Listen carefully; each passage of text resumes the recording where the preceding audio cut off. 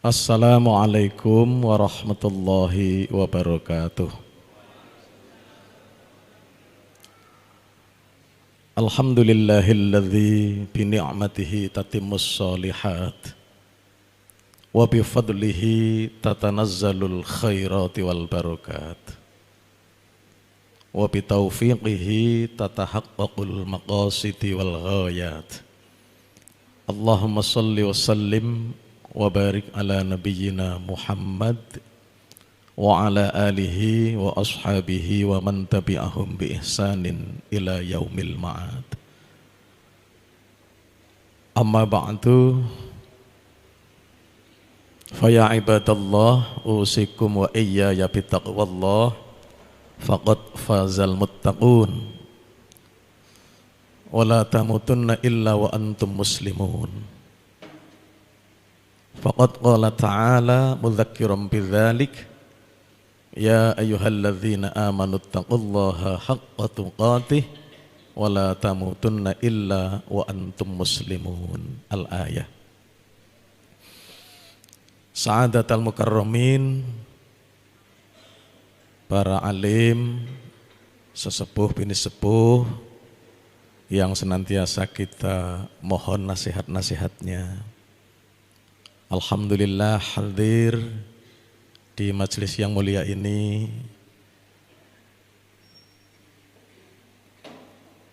Akhinal Karim, Ketua Pimpinan Daerah Muhammadiyah Kebumen, Ustadz Muhammad Abdul Hisham. Juga tadi disebutkan hadir dari pimpinan cabang Muhammadiyah, pimpinan cabang Aisyah, pimpinan Ortum, anak-anakku dari Pondok Pesantren Al-Kautsar, semuanya hadirin rahimakumullah. Yang pertama, kita bersyukur kehadirat Allah Subhanahu wa taala. Pada pagi yang indah ini Allah karuniakan nikmat sehat dan kesempatan sehingga kita bisa dapat bertemu di majelis ta'lim, tepatnya di Masjid Baitur Rahman, Rumah Sakit PKU Muhammadiyah Seruang. Saya baca pengajian ini pengajian Husnul Khotimah. Temanya semakin bergembira bermuhammadiyah selepas muktamar. Bapak Ibu hadirin yang berbahagia, sebelum saya bahas sedikit tentang tema kita, semakin bergembira bermuhammadiyah selepas muktamar, saya justru ingin sampaikan sebuah pengalaman yang tidak akan pernah terlupakan seumur hidup saya terkait satu episode 10 hari saya berada di rumah sakit PKU Muhammadiyah Seruang. Mengapa? Kalau tadi ini nama yayasannya Husnul Khotimah, saya hampir khotimah di rumah sakit ini dulu. Tapi berkat pertolongan Allah ya, melalui para dokter, tenaga kesehatan, saya masih bisa hadir di kesempatan pagi ini. Jadi ceritanya begini,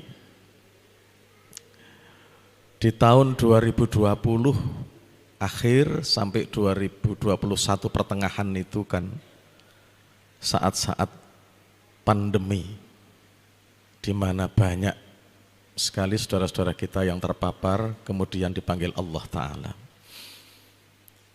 Di akhir tahun 2020 ya, sahabat-sahabat kami, kerabat kami banyak sekali yang wafat.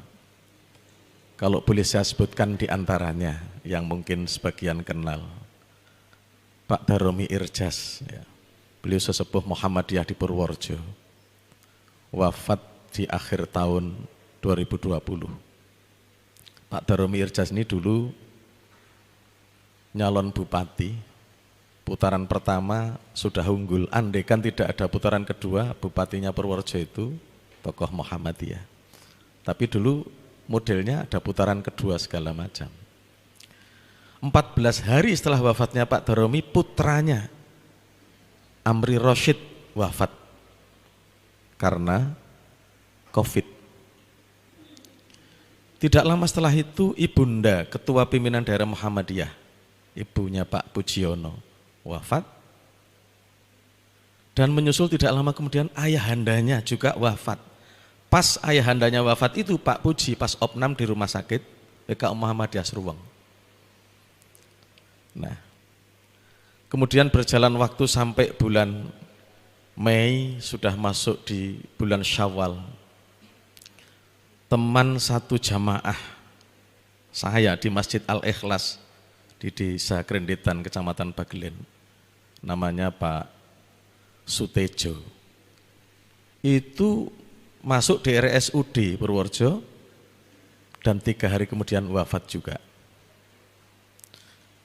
Dan saya kira banyak sekali cerita yang bisa disampaikan terkait pandemi yang melanda negeri kita waktu itu.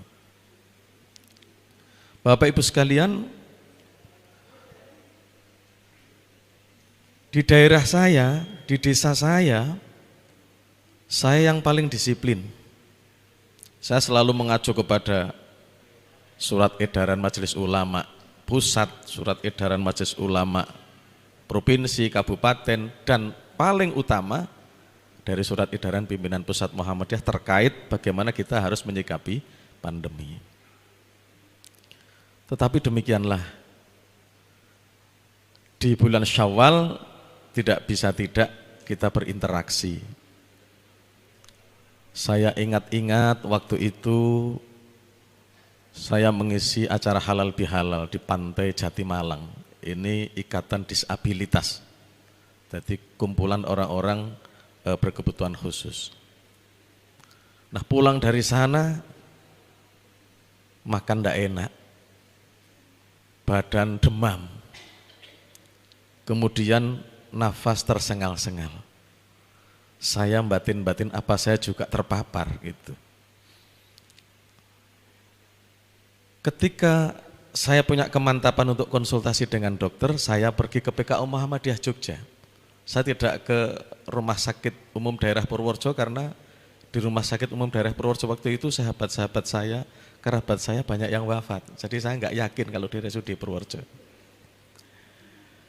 Di PKU Muhammadiyah Kota, setelah dicek dokter langsung Anda harus setelah di swab Anda dinyatakan positif, Anda sekarang harus di ronsen, Anda harus diambil darahnya dan segala macam. Kemudian saya diperintahkan, Bapak, Anda harus opnam. Kalau ngenyang Pak Bu, apa boleh kalau saya tidak harus opnam dokter? Begini Pak, panjenengan tidak enak makan, betul. Hanya bisa tertolong kalau Anda diinfus. Ada tenaga yang masuk. Di rumah ada infus enggak? Enggak ada. Panjenengan merasakan sesak nafas? Betul. Di rumah ada tabung oksigen? Enggak ada. Ya sudah, opnam. Sama si ngenyang juga, saya akan coba dulu Bu Dokter. Barang 1 hari 2 hari nanti kalau saya tidak kuat saya baru akan opnam. Ya silahkan. Betul, saya sampai di rumah tidak ada perkembangan, justru semakin parah saya. Akhirnya saya menekatkan diri untuk opnam di rumah sakit, tapi tidak di rumah sakit Purworejo. Saya nggak mantep gitu. Nah, saya teringat Pak Pujiono, Ketua PDM Purworejo, Mas, kemarin jenengan bisa sembuh sehat opnam nang endi? Aku nang PKU Muhammadiyah Seruweng. Aku ya tak nang PKU Muhammadiyah Seruweng. Akhirnya saya kontak Pak Dr. Hasan Bayuni, Ustadz, saya dinyatakan positif dan saya ingin opnam tapi di rumah sakit PKU Muhammadiyah Seruweng. Langsung dijawab, siap, kami siapkan tempat. Maka Bapak Ibu, di rumah sakit ini setidaknya ada 3 nama yang saya tidak akan pernah lupa. Pertama, Pak Dr. Hasan Bayuni. Yang kedua, Bu Dokter yang dulu saya sulit menghafalkan namanya itu, tapi sekarang hafal namanya. Bu Inet Fayan, ini agak sulit toh. Faindian, Bu Inet Faindian Mentari Ningrum. Rawuh mboten niki? Mboten sih. Beliau spesialis paru. Kemudian Hamdani 9B pojok mriko nika nggen kula sedasa dinten teng mriko. Saya tidak akan lupa. Karena sebuah peristiwa yang bagi saya sangat mencekam.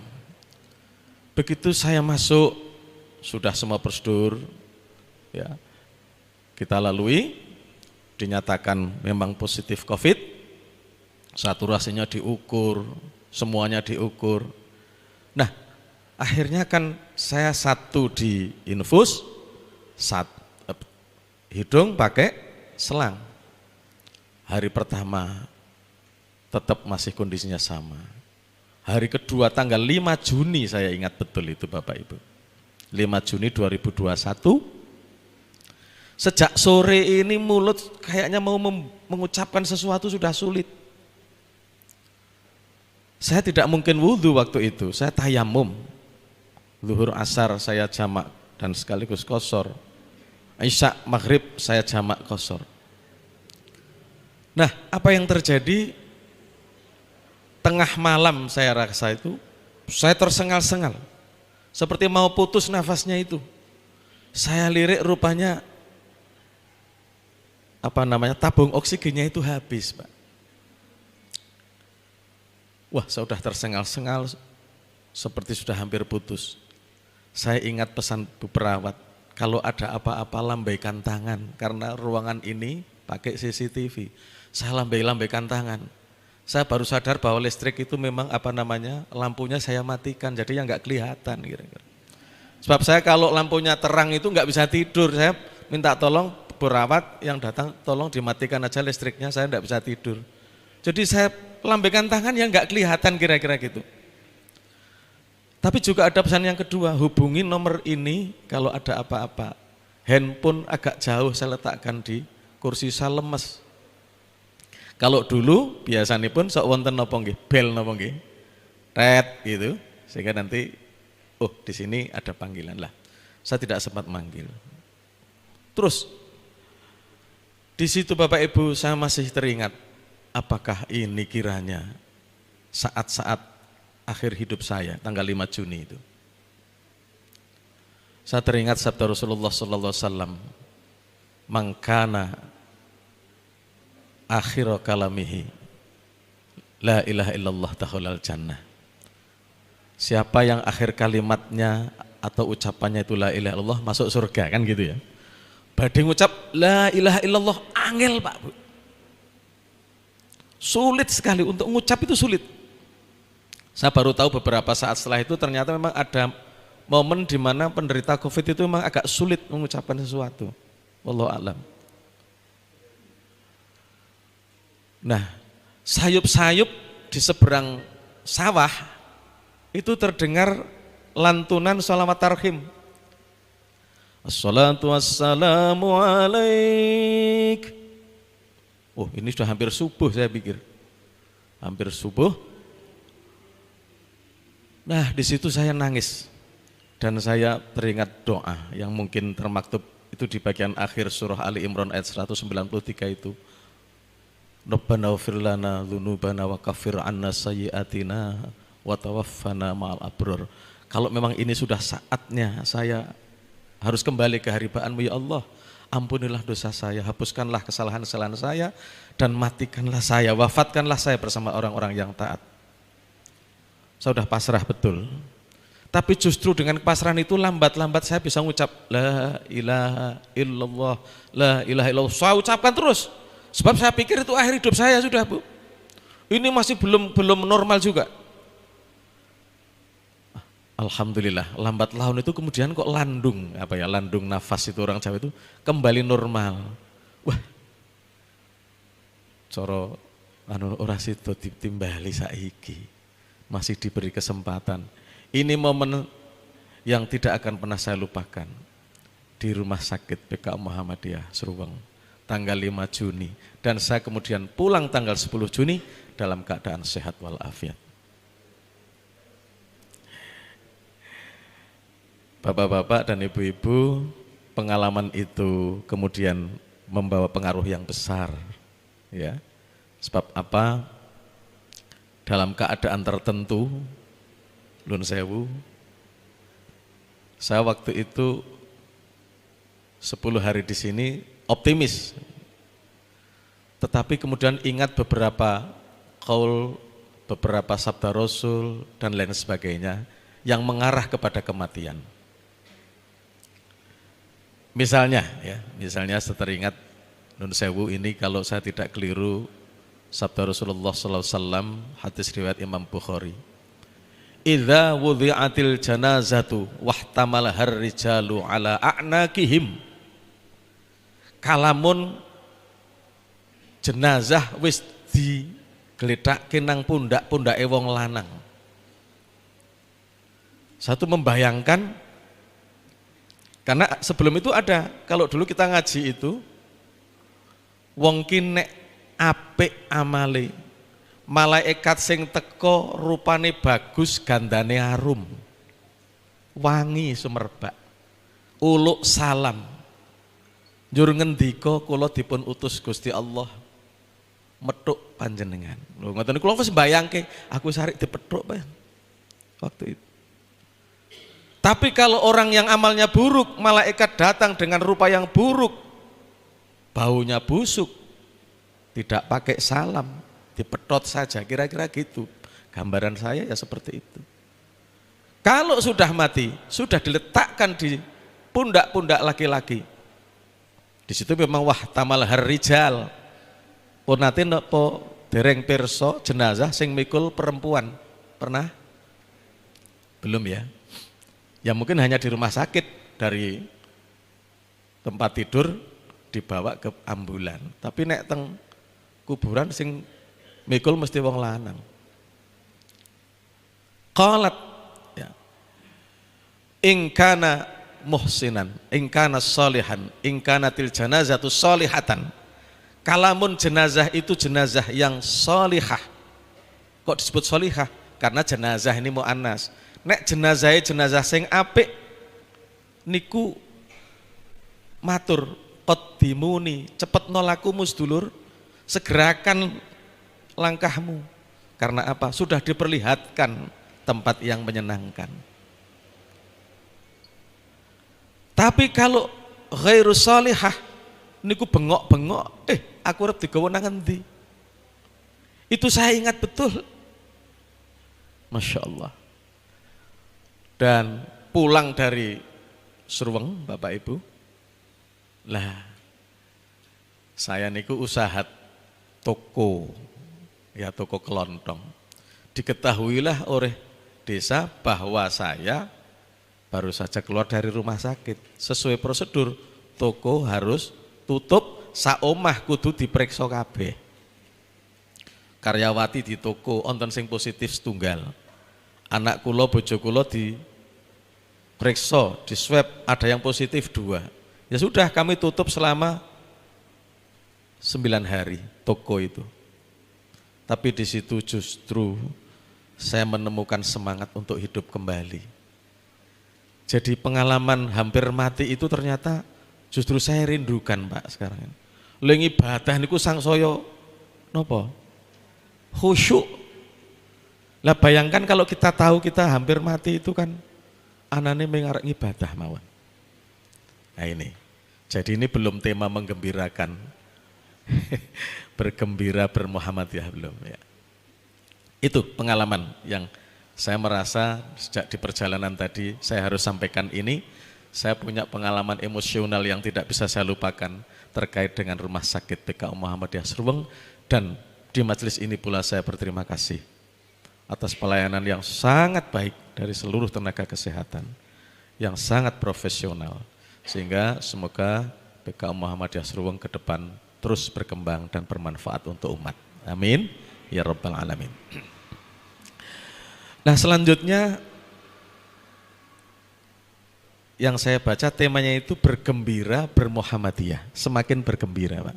Tadi disebut semakin berbahagia. Lah kata gembira ini ya identik dengan Muhammadiyah sebetulnya.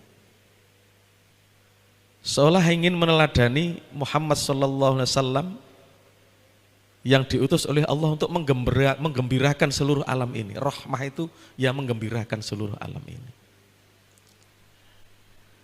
Dan kemudian kata gembira ini identik dengan Muhammadiyah. Kok bisa begitu? Dulu ketika sekolah atau pendidikan atau rumah sakit atau kesehatan itu hanya bisa dijangkau hanya oleh orang-orang tertentu, maka wong-wong cilik, saya sebut wong cilik, itu merasa hadirnya Muhammadiyah ini merupakan kabar gembira, menggembirakan mereka. Yang bisa ke rumah sakit itu ya hanya orang-orang yang punya duit dan punya derajat yang tinggi di mata masyarakat di era waktu itu, di awal lahirnya Muhammadiyah. Sekolah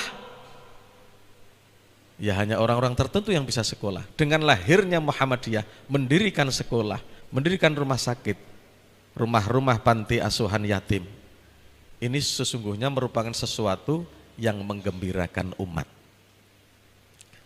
Dan ini ya senafas dengan sabda Rasulullah sallallahu alaihi wasallam, ya, basyiru wala tunaffiru, gembirakan, jangan dibuat lari.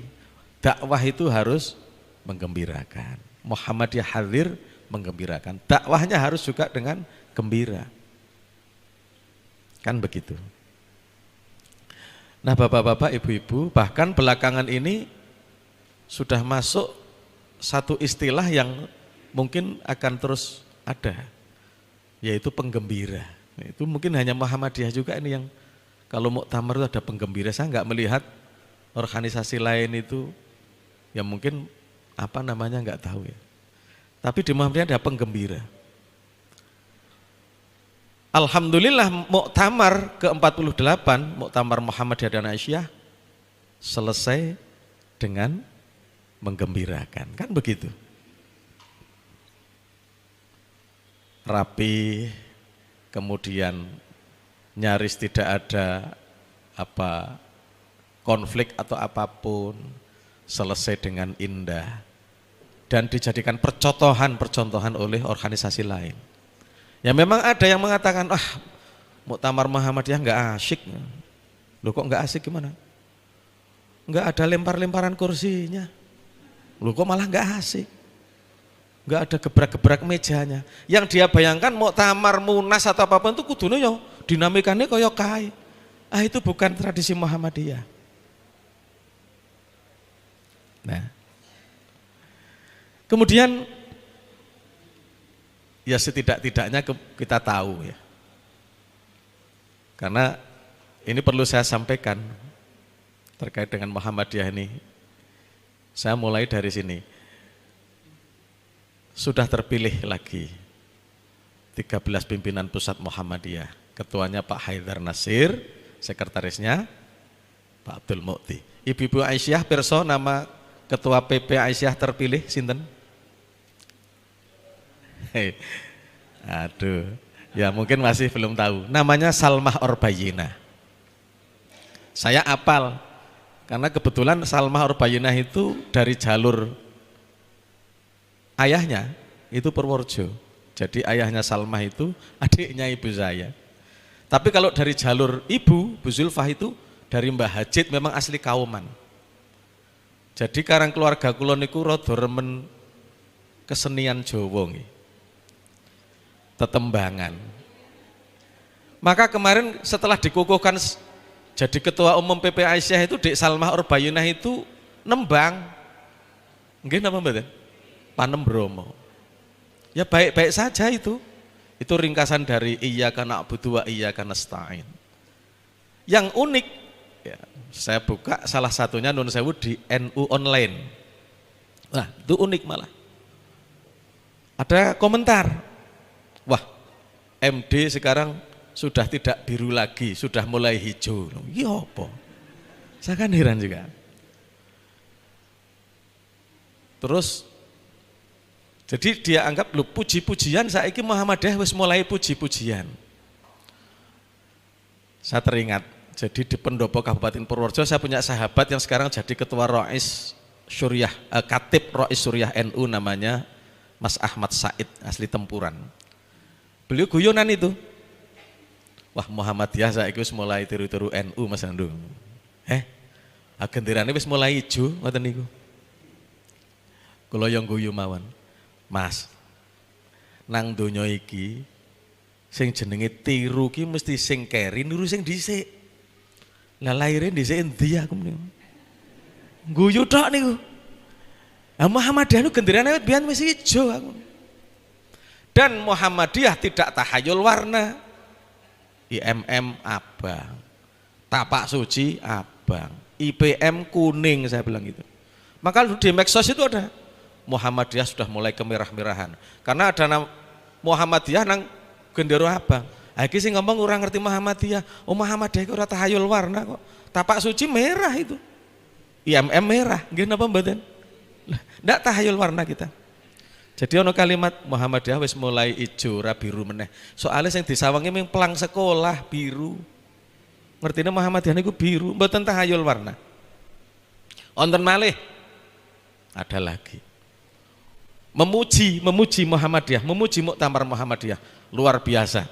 Muktamar Muhammadiyah tidak bisa diintervensi oleh penguasa. Semua DPW, DPD, DPC, PAC sepakat untuk memilih Pak Haidar Nasir Mukti dan tidak bisa diintervensi. Iki sing ngomong nggih dudu wong Muhammadiyah nih. Ora ana DPW, DPC, PAC niku mboten wonten. Niki rak partai niku napa neh PAC. Tapi mereka salut. Mereka memuji Muktamar Muhammadiyah walaupun mereka belum begitu paham Muhammadiyah, Pak. Maka entah benar entah tidak kemarin konon Pak Wali Kota Solo, Pak Gibran itu ketika terjadi kekisruhan di Munas HIPMI itu ada kalimat mbok yo nyonto Muhammadiyah. Ayem tentrem berlangsung dengan lancar. Mongko sing rawuh sing teko nang Solo niku raming segelintir orang seperti Munas HIPMI. Macet Solo niku. Betul-betul macet. Nah, ini kan luar biasa. Nah, maka datang ke muktamar bergembira, yang muktamar juga bergembira. Kebetulan saya diberi amanah untuk ikut menggembirakan. Cuma durasi waktu yang saya peroleh terpangkas karena kesalahan teknis sound system. Tadi kulo sak konco meng sedih loh. Tapi bapak-bapak pasti merasakan ini dahsyatnya doa itu. Satu kekhawatiran ketika muktamar itu apa Pak Bu? Kalau hujan. Jadi ketika rapat koordinasi kami di editorium dipimpin Mas Herman Dodi ini, cucunya Mbah Hajid. Kan ada tampilan Tapak Suci 1.500, penari tidak kurang dari 1.000, marching band, nah, orkestra itu buat panggung tidak ada atapnya. Kami pernah punya pengalaman di Gelora Bung Karno Senayan, waktu itu Milad Muhammadiyah. Kita dan teman-teman ikut mewarnai di panggung, membawakan lagu-lagu religi, ya. Nah, mahasiswa UMJ, UHAMKA sudah pakai kostum untuk membuat konfigurasi. Hujan turun dari awal deras sekali sehingga nggak jadi tampil, Pak. Mesake tenan. Wis dandan wiwit isu ora sida tampil. Maka waktu rapat di Solo itu saya tanya, Nun sewu, kita sudah rembukan soal tempat penginapan, soal rundown acara, soal sound system. Niki sesuk nek udan bagaimana mengantisipasinya? Jawabannya pun nggih pas tepat. Apa jawabannya? Ngaten.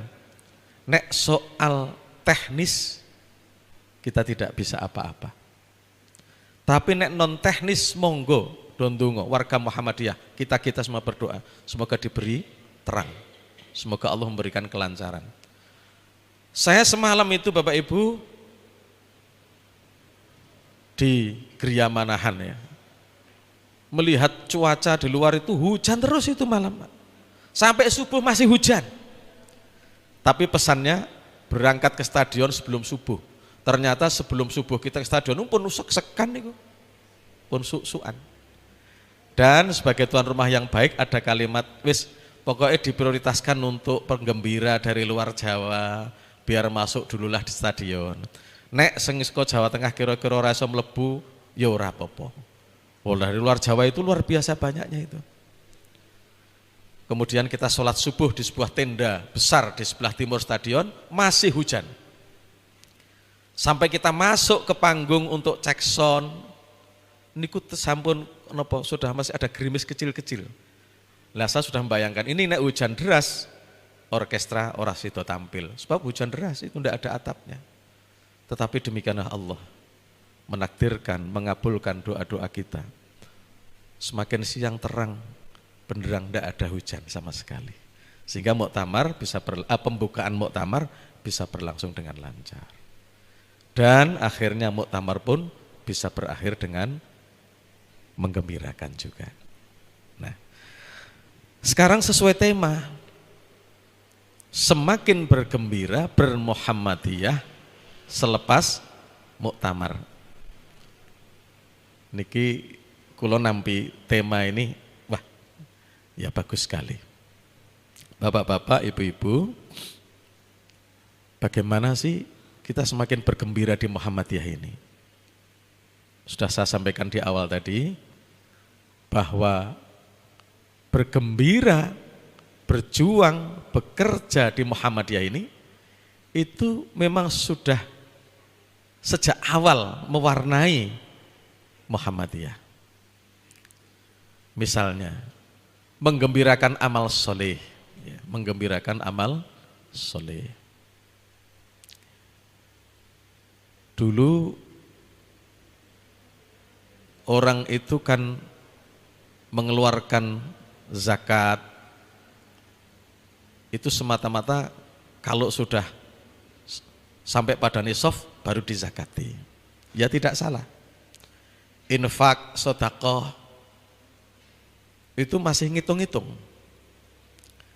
Begitu Kiai Jamat Dahlan di mana-mana menyampaikan bahwa menginfakkan sebagian harta yang dikaruniakan Allah itu mendapatkan pahala dari Allah nanti di akhirah, pahala yang luar biasa. Dan ancaman bagi mereka yang tidak mengeluarkan itu juga sangat pedih.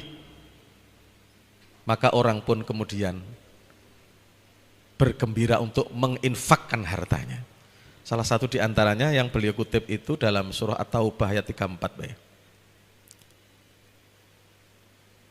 Walladzina yaknizuna adz-dzahaba wal fiddata walam yunfiqunaha fi sabilillah wa basyirhum bi'adzabin alim. Dan mereka yang menimbun emas dan perak dan tidak menginfakkannya, mengeluarkannya di jalan Allah, fabasyirhum. Nah, ini basyirhum ini kalimat apa namanya ya? Sebetulnya berilah kabar gembira. Tapi bi'adzabin alim, bahwa mereka akan mendapatkan azab yang pedih. Nah, begitu. Kemudian ayat berikutnya 35 itu nanti dadanya, punggungnya akan dipanaskan, disetrika dengan emasnya dan peraknya yang dipanaskan itu. Luar biasa itu. Nah, bapak-bapak, ibu-ibu, jadi bagaimana kita bermuhammadiyah ini dengan bergembira, beramal soleh dengan bergembira. Maka saya mencoba mengaitkan tentang makna hidup tadi itu. Kalau Allah Subhanahu wa ta'ala menyampaikan kepada kita bahwa tujuan hidup itu adalah untuk beribadah, surah Adz-Dzariyat ya. Wa ma khalaqtul jinna wal insa illa liya'budun. Kita perlu paham lah ibadah niku kados pundi. Ibadah itu yang bagaimana? Ini loh di Muhammadiyah ini ladang ibadah kita.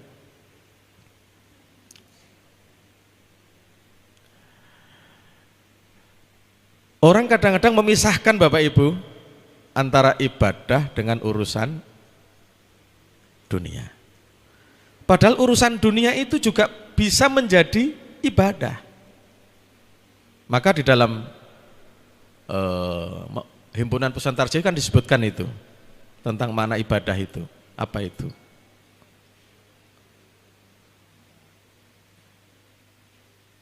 At-taqarrubu ilallahi bimtithali awamirihi wajtinabi nawahihi wal amalu bima udzina bihi syari'ah.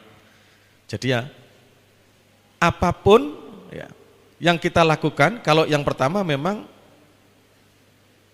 menjalankan perintah Allah, menjauhi larangannya, dan amal apapun ya, yang baik yang tidak bertentangan dengan syariat. Dan kemudian kita niatkan karena Allah, dilakukan tidak melanggar syariat Allah, itu punya nilai ibadah. Bekerja ibadah, mencari ilmu ibadah, atau apapun bisa menjadi nilai ibadah. Nah, oleh karena itu di Muhammadiyah ini terbuka seluas-luasnya bagi kita untuk beribadah. Saya ingin sampaikan, mungkin ada yang bertanya begini, lah hidup ini sulit, saya harus mencukupi kebutuhan keluarga, apakah itu bisa menjadi ibadah? Iya, menjadi ibadah. Selama dilakukan dengan niat libtigha'a mardhatillah dan yang dia lakukan tidak melanggar syariat Allah. Nah, coba adik-adik, saya kira nanti kita ta'allum surah Al-Balad ya. Di situ ada muatan yang sangat bagus. Setelah Allah bersumpah dengan negeri Makkah, la uqsimu bihadzal balad wa anta hillum bihadzal balad, dan engkau Muhammad halal untuk tinggal di negeri Makkah ini. Ini tumpah darahmu. Beliau hijrah tapi hakikatnya ada yang mengatakan ya terusir. Wa walidi wa ma walad, dan demi orang tua, bapak dan anak. Ada yang memaknai demi Ibrahim dan Ismail, dan keturunannya yang kemudian sampai kepada Muhammad sallallahu alaihi wasallam. Setelah itu disampaikan apa? Terusnya, laqad khalaqnal insana fi kabad, dan sungguh aku ciptakan manusia dalam keadaan susah payah. Coba ini. Jadi memang hidup di dunia ini, kita ini memang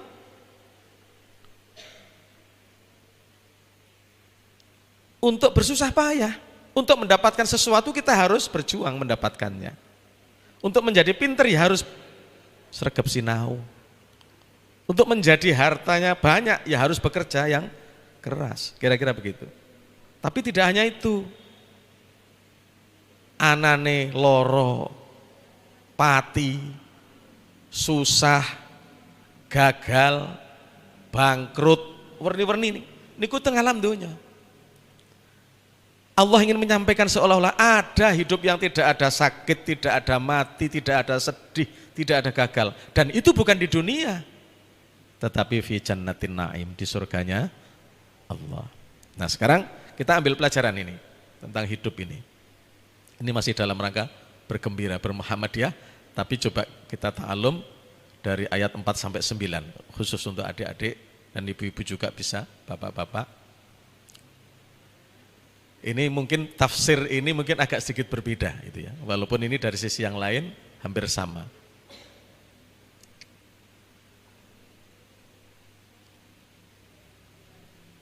Ketika seseorang sudah bekerja keras ya, untuk mencapai keberhasilan sesuai dengan tadi itu. Memang kita ini susah payah. Tetapi ternyata masih gagal. Maka Allah kemudian mengingatkan, ayahsabu alla yaqdiru alaihi ahad. Apakah dia manusia itu mengira tidak ada sesuatu pun, tidak ada zat yang menguasai dirinya? Jadi ketika seseorang itu merasa gagal, Allah ingatkan, jangan lupa ada zat, ada Allah yang menguasai hidup matimu, menguasaimu. Masih orang ini yaqulu ahlaktu malal lubada. Dia sampai mengatakan, waduh, saya itu sudah bekerja keras, bahkan sudah habis harta banyak, tapi kok masih gagal juga. Yaqulu ahlaktu malan lubata. Saya sudah habis biaya banyak, kok masih gagal? Allah ingatkan lagi. Ayahsabu allam yarahu ahad. Apakah dia lupa bahwa ada zat, ada Allah yang senantiasa melihatnya? Lah awake dhewe sok lali lho Pak Bu. Kita lupa ada Allah yang menguasai kita, menguasai hidup mati kita, mengatur rezeki kita. Kita lupa ada Allah yang senantiasa melihat kita. Nah, maka kemudian coba renungkan, sudah bekerja keras, sudah menghabiskan biaya banyak, bahkan sudah ingat ada Allah, sudah berdoa juga, kok masih gagal juga? Bekerja keras sudah, bahkan mengeluarkan biaya banyak sudah, berdoa kepada Allah sudah, masih gagal juga. Nah, disitulah Allah kemudian mengingatkan. Terus bunti terasipun, alam naj'allahu ainain. Leres nggih? Bukankah telah aku ciptakan dua buah mata? Untuk apa mata itu? Untuk melihat, iya. Tapi melihat apa? Ayat pertama, Iqra, bacalah. Maknanya memang dua, baca ayat-ayat Allah, tetapi juga baca ayat-ayat kauniyah. Maka anak-anakku, siapapun saja, kalau ingin berhasil, gunakan mata untuk membaca. Dari membaca akan terbukalah cakrawala ilmu. Ini bukan hadis konon ya, man aradad dunya fa'alaihi bil ilmi, wa man aradal akhirah fa'alaihi bil ilmi, wa man aradahuma fa'alaihi bil ilmi. Tapi dengan ilmu itulah dia akan meraih dunia, akan sukses. Tidak hanya dunia, bahkan akhirat juga. Ibadah nggih kudu nganggo ilmu. Itu bisa dimulai dari mata. Banyaklah membaca. Bapak-bapak, ibu-ibu, sebagian saudara kita ada yang tidak bisa melihat, tapi masih lumayan dikaruniai pendengaran. Ora weruh ning bisa krungu, masih lumayan. Ada yang sebaliknya, tidak mendengar tapi masih bisa melihat indahnya dunia. Nah, yang tidak melihat ada mengenal huruf Braille, Al-Quran Braille dan sebagainya. Nah, di Panti Asuhan Yatim Muhammadiyah Purworejo itu ada yang tidak lihat dan tidak mendengar itu. Saestu. Itu putranya Pak Simponi, namanya itu indah. Simponi itu ketua IDP, ketua Ikatan Disabilitas Purworejo, punya anak niku wiwit lahir niku tidak melihat dan tidak mendengar. Kula niku njuk takon. Njuk sampeyan ki kepiye didik anak weruh ora, krungu ora, pakai sentuhan, Pak. Sekarang udah besar anaknya. Masya Allah. Ternyuh nek weruh. Lah kita ini sempurna penglihatan, sempurna pendengaran, sempurna yang lain, cok kurang syukur loh Pak. Nah, mata gunakan untuk membaca. Jadi saya kaitkan lagi ya. Kerja keras sudah, bahkan mengeluarkan biaya sudah. Mohon kepada Allah sudah, kok masih gagal? Barangkali kerja kita tidak dengan ilmu. Upaya kita untuk meraih keberhasilan tidak dengan ilmu barangkali. Ini Allah ingatkan. Setelah itu apa Allah firmankan? Walisana wa syafatain. Selain mata dua, Allah karuniakan apa? Lidah dan dua bibir. Untuk apa itu? Monggo toh kita tafakuri. Ya untuk berbicara tentu. Berbicara apa? Berbicara yang baik. Tetapi lebih khusus nanti ingin saya sampaikan untuk bersilaturahim yang kita mulai dari lisan itu. Kalau soal berbicara yang baik, anak-anak kita pasti pernah mendengar berbicara dengan bahasa Qur'ani, qaulan sadida, perkataan yang benar. Qaulan karima, perkataan yang menghormati. Biasanya itu orang tua ini. Wa qulu qaulan sadida. Kalau untuk orang tua gimana? Wahfid lahuma janahadzuli minar rahmati bukan. Wala tanharhuma wa qul lahuma qaulan karima.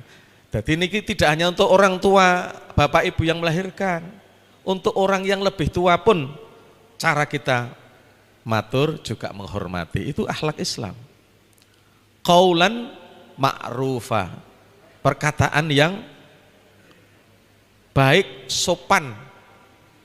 Ma'ruf ini, al-urf itu ya mungkin mengandung pengertian sopan menurut adat setempat misalnya. Seperti orang Jawa itu kan ada ngoko, kromo madya, kromo inggil. Nun sewu Pak, generasi sekarang niku basa Jawa wis klera-kleru.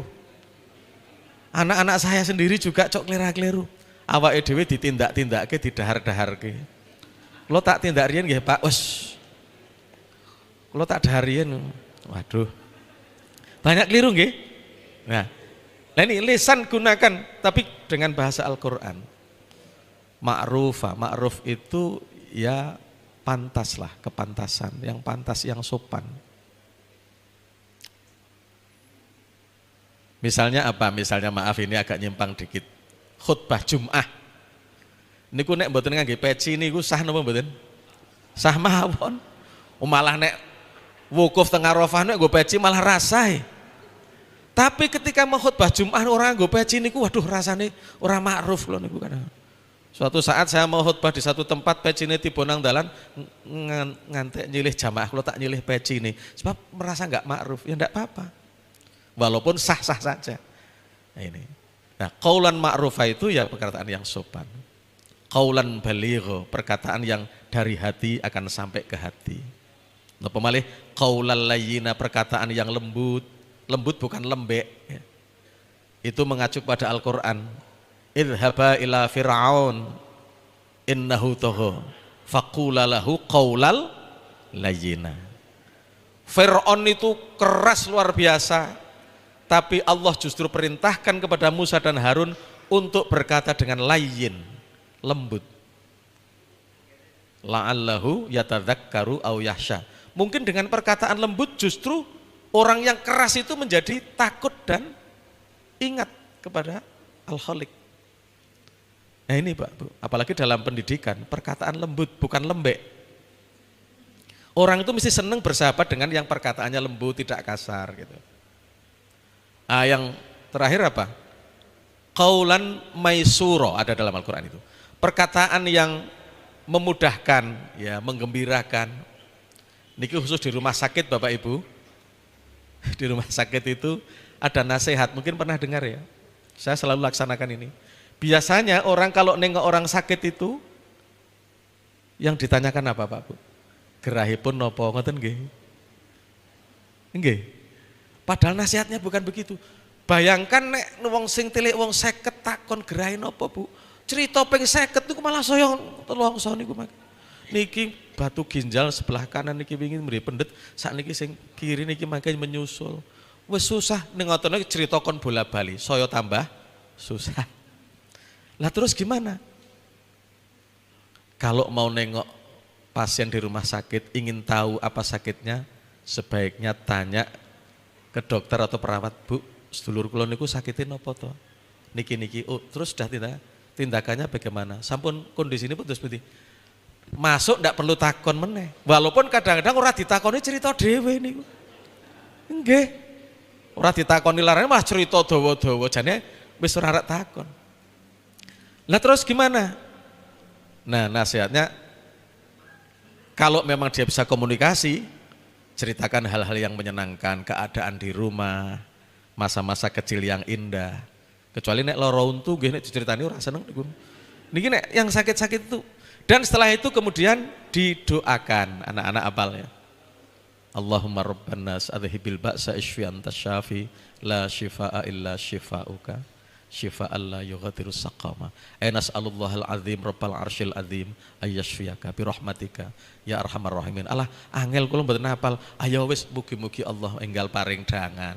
Bar niku amplop diselesepke nang ngisor bantal. Mboten sarepot-repot, jenengan kondur ditilii yakin. Alhamdulillah dibantu sedulur lanang. Wong saniki kadang-kadang wong loro niku sing dipikir dudu larane biayane. Loh, ini qaulan maisura. Nah, itu ibadah. Nah, kembali ke tadi apa? Di Muhammadiyah ini ladang ibadah. Adik-adikku yang menuntut ilmu harus dengan gembira. Saya itu ada peristiwa yang nun sewu, maaf, agak mengerikan beberapa waktu yang lalu. Jadi salah seorang warga desa saya niku badhe mangkat sekolah. Waunipun mboten ngangge sepeda motor, baru diberikan sepeda motor, akan berangkat latihan pramuka bawa tongkat lah gitu. Boncengan dengan temannya. Kemudian sampai di pom bensin itu ini apa ya, kesampar kendaraan lewat, dia jatuh, mohon maaf sekali ini, ada truk tronton itu kena Pak, enggak ada yang berani ambil, sampai ayahnya itu dikabari datang ke situ, putranya ini masih di bawah. Masya Allah, saya juga melihat miris. Ini masih kenal dengan saya karena warga saya, ngabruk, pingsan, nangis, cerita. Saya ridho anak saya wafat, tapi kok caranya seperti itu. Saya tidak punya kata-kata lain kecuali ingat sabda Rasul, Mas, sudahlah ikhlaskan. Tak aturi pirso ya Mas. Kae putra jenengan kuwi bepergian dalam rangka golek ilmu. Mongko wong golek ilmu kuwi fisabilillah. Nek mati fisabilillah insyaallah syahidah, anaknya perempuan. Itu baru agak terhibur dia. Kan ada itu, man kharaja fi thalabil ilmi kana fi sabilillahi hatta yarji. Ini adik-adik tidak asli Kebumen semua Pak, atau Kebumen semua? Rata-rata Kebumen. Ya itu keluar dari rumah, berangkat ke sini, berangkat ke ma'had, itu fisabilillah, nggak usah takut. Nah ini. Nah itu. Maka qaulam maisura, menghibur orang yang dalam keadaan susah, itu akhlak Islam. Namanya apa? Takziah.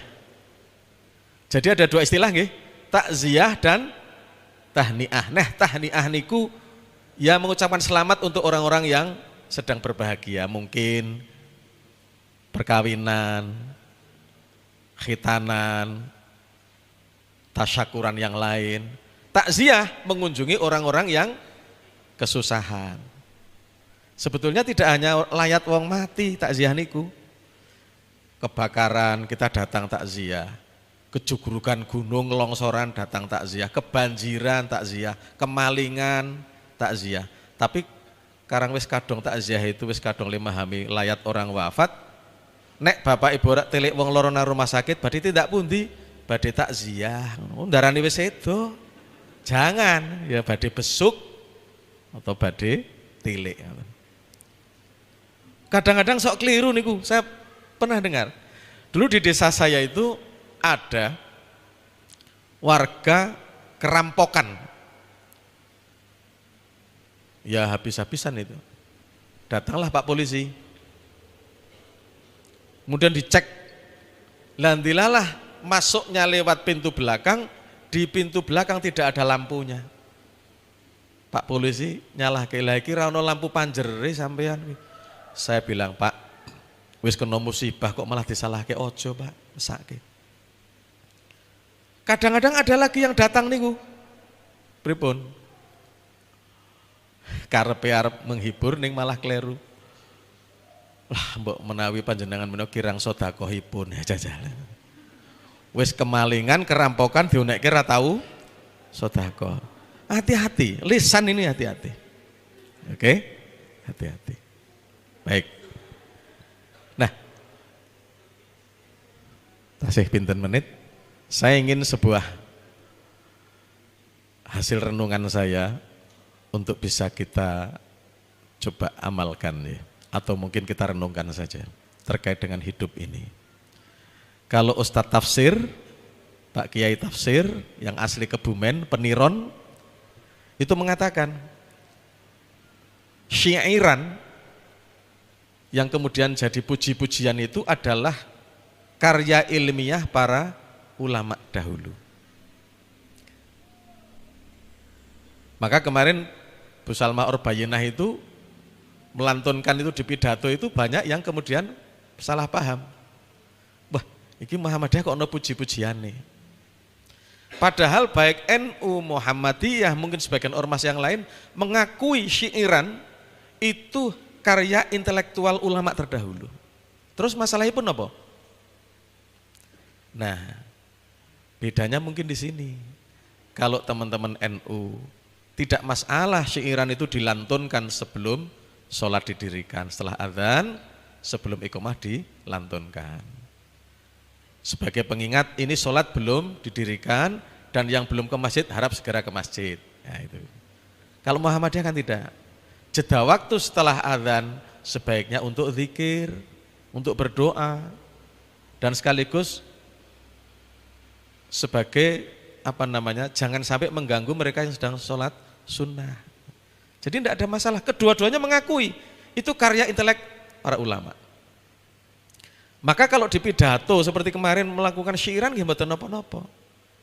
Ning nak masjid niki arek salat jamaah anake puji-pujian ketoke menyalahi tradisi niki. Tradisi Muhammadiyah lho ya. Maka saya katakan itu di NU online. Loh, yang dilantunkan Bu Salma Orbayinah itu syairan dan dia sampaikan di pidato tidak ada masalah. Apalagi warga Muhammadiyah yang ngerti pedoman hidup Islami warga Muhammadiyah tentang seni budaya.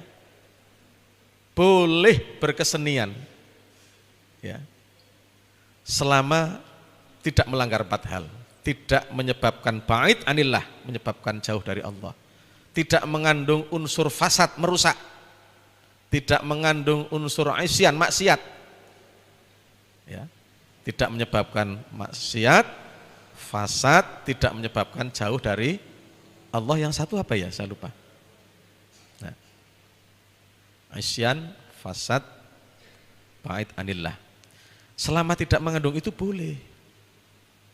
Nah, maka kalau kita punya syairan, punya tembang-tembang, ya tidak dilantunkan di masjid, kan kira-kira begitu yang betul.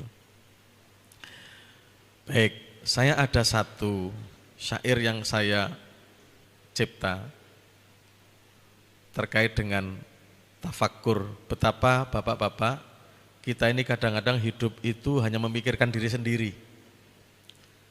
Ada yang mencoba menyampaikan iktibar tentang semut ya. Semut itu toto lahir nek ketemu siji marang sijine jarine padha salaman. Lah mbuh sing diucapke apa ya ora ngerti awake dhewe. Tapi ada yang mengatakan semut itu selalu mengumpulkan makanan sebanyak-banyaknya. Padahal usia semut hanya setahun. Dia tidak tahu ini makanan untuk apa. Sehingga kita sebagai manusia kalau belajar dari semut, jangan sampai kita tidak tahu tujuan hidup kita. Mengumpul-ngumpul ketok orang ngerti nggo apa. Sing penting nggo kepentingan awake dhewe jangan sampai. Nah, tembangnya gini. Maafkan aku bila gunakan waktu lebih banyak untuk diri sendiri. Kok terus lali kula? Maafkan aku bila gunakan waktu lebih banyak untuk diri sendiri. Sangat sedikit waktu untuk mengingatmu atau pikirkan nasib orang lain. Kita ini waktunya itu kadang-kadang habis nggo mikirke awake dhewe, sedikit sekali yang kita gunakan untuk memikirkan orang lain atau mengingat Allah. Maafkan aku bila untuk jasadku kenikmatan selalu ku pentingkan. Kuliner manapun apal. pokoknya mikir. Sementara untuk jiwa dan ruhaniku, kesehatannya ku abaikan. Padahal rohani jiwa itu juga butuh makanan. Ngaji, ini makanan untuk rohani. Tapi kadang-kadang yang kita pentingkan apa? Kenikmatan jasad. Masih. Maafkan kami bila pakaian kami lebih indah dari hati kami. Lu kadang-kadang awak dhewe sing dipikirke niku pencitraan, penampilan. Atine mbuh ora dipikirke. Sing penting penampilane apik. Masyaallah. Maafkan kami bila kufur kami lebih banyak dari syukur kami. Nah, ini memang Allah ngendika wa atakum min kulli ma sa'altumuh wa in ta'uddu nikmatallahi la tuhsuha innal insana ladzalumun kafar. Kakek awake dhewe niku zalim lan ingkar datang nikmatipun Allah. Naudzubillahi min dzalik. Ngaten bapak-bapak, ibu-ibu, ternyata tidak terasa sudah jam 7:04. Tapi intinya saya mengajak melalui mimbar ini, mari bersama-sama kita tingkatkan ya, semangat kita untuk lebih bergembira, beramal soleh, berjuang melalui persyarikatan Muhammadiyah. Satu kalimat yang mungkin bisa dicamkan untuk adik-adik, untuk kita semua, ini sebagai penutup. Konon di meja Kiai Haji Ahmad Dahlan itu ada tulisan. Dan tulisan itu konon adalah kata-kata dari Imam Al-Ghazali. An-nasu kulluhum mauta illal ulama, ada yang menyebut illal alimun. Kabeh wong iku mati atine kejaba wong kang duweni ilmu. Wal alimuna mutahayyiruna illal amilun. Tapi orang yang berilmu pun itu bingung kecuali yang mengamalkan ilmunya. Jadi ilmu dan amal. Wal amiluna ala wajalin illal mukhlisun. Nah ini. Yang mengamalkan ilmunya pun dalam keadaan was-was kecuali yang amalnya dengan ikhlas. Mari. Maka Muhammadiyah ini tidak hanya ilmu saja tetapi diamalkan dengan ikhlas. Ini yang luar biasa. Kiai Haji Ahmad Dahlan memberikan contoh kepada kita bahwa nas Al-Quran, Al-Hadis atau nasihat-nasihat apapun tidak cukup hanya dipahami tetapi harus diamalkan dan diamalkan dengan ikhlas. Hadanallahu wa iyyakum ajma'in wa basyiril mu'minin. Assalamualaikum warahmatullahi wabarakatuh.